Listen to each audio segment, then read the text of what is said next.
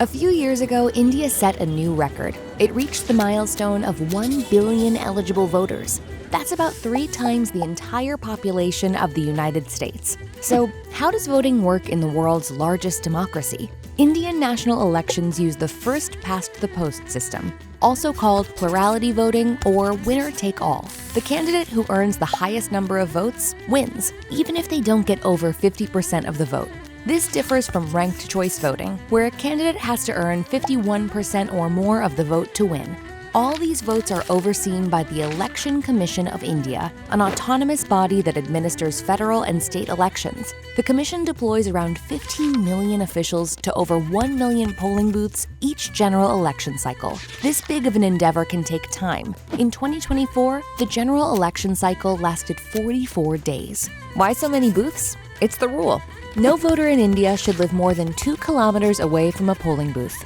This means that poll workers have to navigate some of the most difficult terrain in the world, from traversing 15,000 plus feet above sea level in Himachal Pradesh to braving the trek through the Gir Forest National Park, home to hundreds of Asiatic lions. These votes lead us to India's parliament, which has 2 houses, the Lok Sabha and the Rajya Sabha.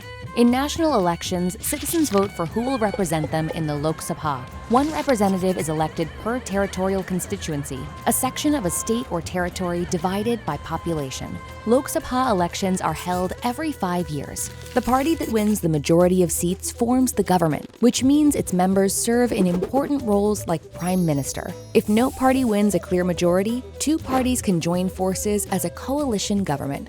The Rajya Sabha works differently. Its members, who represent each of India's 28 states and 8 union territories, serve 6-year terms with elections held every 2 years for a third of the seats. Regular citizens don't vote directly in these elections, though. Instead, Rajya Sabha members are elected by state and union territory governments. Each state has a governing body called a legislative assembly, and each member of this body represents 1 assembly constituency, which is a smaller breakdown of a territorial constituency. Then these members of the Legislative Assembly, or MLAs, vote for who gets into the Rajya Sabha using the ranked choice voting method. That's not all state governments do, of course. And some state governments, including in Uttar Pradesh, Bihar, and Maharashtra, are bicameral, meaning they have 2 houses. These states add on an upper house called a Legislative Council, which includes members elected indirectly by a whole bunch of groups. Local bodies in the state, MLAs, graduates and teachers,